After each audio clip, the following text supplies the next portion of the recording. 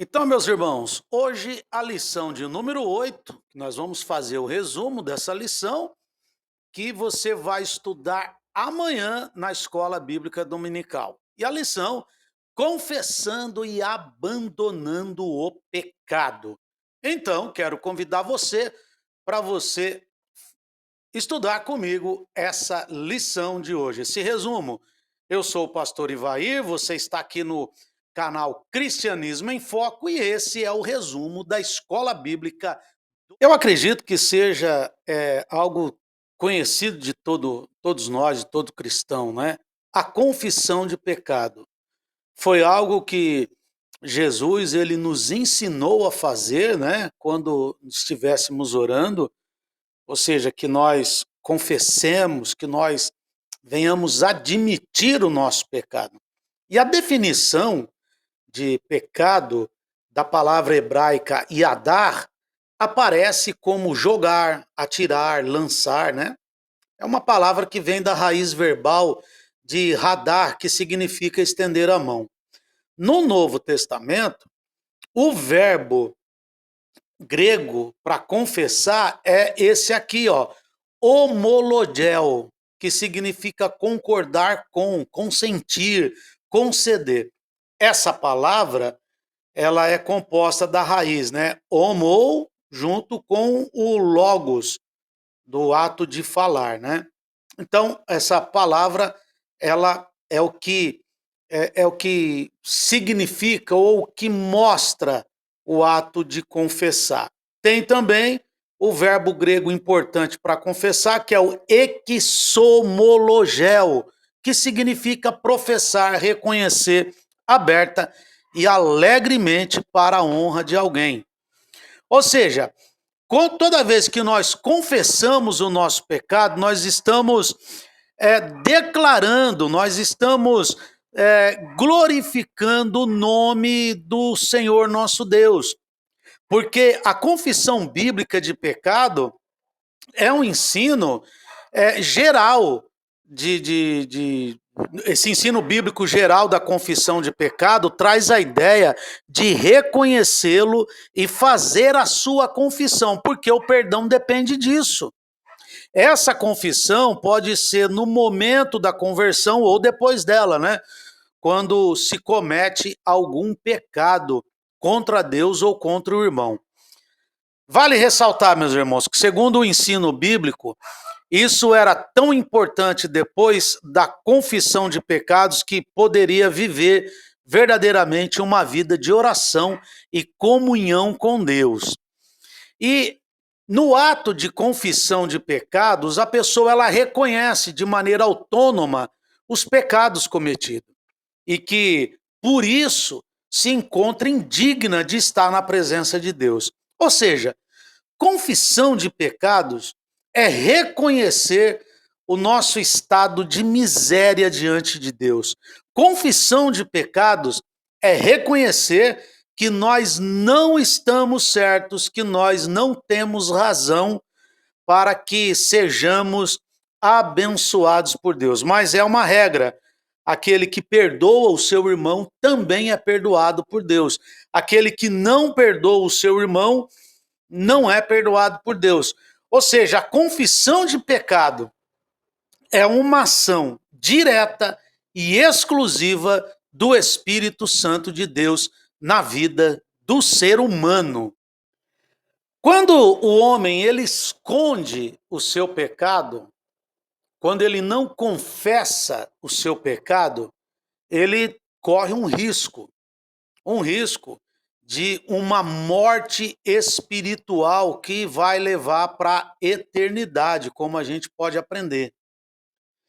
Quando nós analisamos, né, o Provérbios 28:13, né, aquele que confessa e deixa alcança misericórdia, e os que escondem nunca prosperarão, é um ensino não apenas um ensino judaico, mas também é um ensino cristão. Lá na Epístola de João, a Bíblia diz sobre a necessidade de confessar, aquele que confessa e deixa, né, o pecado. Deixá-lo, deixar o pecado quando nós confessamos o pecado e, de certa forma, tomamos aversão àquilo que nós tenhamos praticado. E as consequências do pecado, nós temos aqui na lição o exemplo de Adão e Eva, que a realidade do pecado ela pode ser vista dentro desse casal quando esse casal pecou. E por isso recebeu sentenças devidas. Os nossos pais, eles perderam o direito de viver no ambiente mais perfeito e belo que Deus criou. Na nossa vida, não é diferente. Se nós pecarmos e não confessarmos, nós não nos arrependermos, nós também perderemos o direito de viver na cidade santa da Nova Jerusalém. Ou seja, na vida de Adão e Eva, teve consequências trágicas do pecado, né? Alteração física, a transição da natureza imortal para mortal, diversas tensões no gênero humano, na natureza. Assim também, as consequências do pecado de nossos primeiros pais não se limitaram a eles, mas passaram para todo o gênero humano. Ou seja, o pecado ele é algo que atingiu, o pecado de Adão e Eva atingiu toda a humanidade. E se nós quisermos ter uma vida abençoada e uma vida diferente dos nossos pais terrenos, nós também devemos aprender a confessar. Por exemplo, quando Davi ele pecou e ele tentou ocultar o seu pecado com a Batseba, ele pagou um alto preço com isso. Não pense que o pecado ele não gera consequências físicas, consequências terrenas que na nossa vida. Você pode ver que lá no Salmo 32, por se manter em silêncio, não confessando o pecado, Davi enfraqueceu cada vez mais, perdendo o vigor espiritual. No Salmo 51, quando ele se arrepende, por exemplo, quando ele reconhece os seus erros, ele pede para que ele fosse perdoado e para que fosse purificado.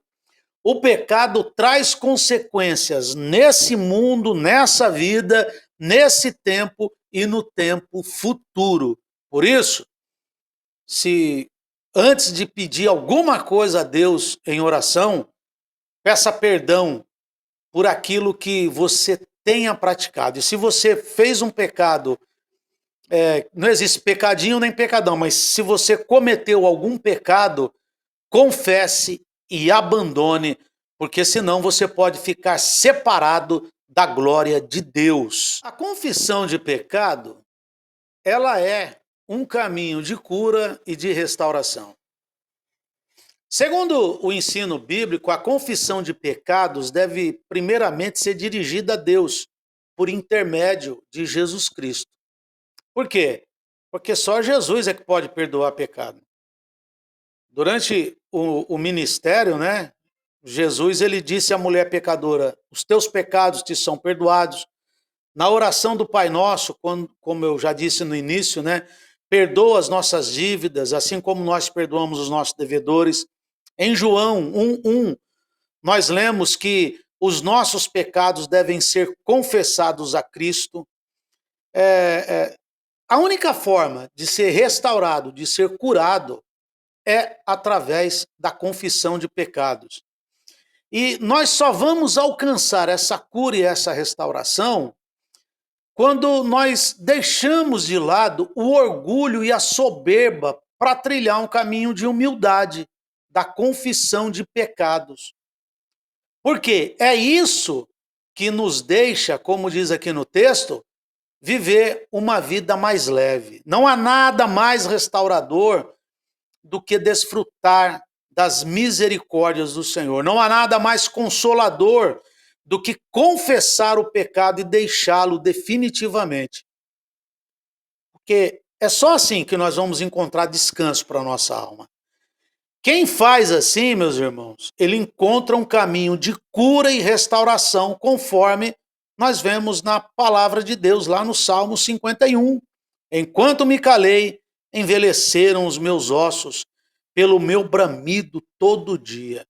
Confessei-te o meu pecado, e a minha maldade não encobri. Dizia eu, confessarei ao Senhor as minhas transgressões, e tu perdoaste a maldade do meu pecado. Ou seja, é o que traz alívio, é o que traz uma restauração para as nossas vidas, é quando nós confessamos e quando nós admitimos o nosso pecado diante de Deus, buscando por restauração, buscando por libertação, buscando pelo perdão de Deus.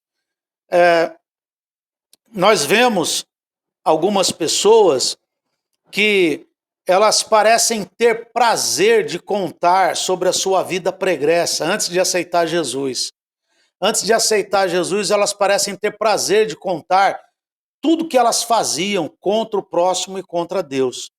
O pecado não pode ser uma forma de exaltação. O pecado não pode servir como uma forma de autopromoção. Tem gente que se autopromove contando o que praticava na vida passada. Não importa o que nós fizemos na vida passada. O que nos importa é que Cristo nos resgatou do pecado, quando confessamos o pecado para Cristo. E como diz um velho sábio judeu, se você não tiver vergonha do seu passado, significa que você ainda quer viver nele.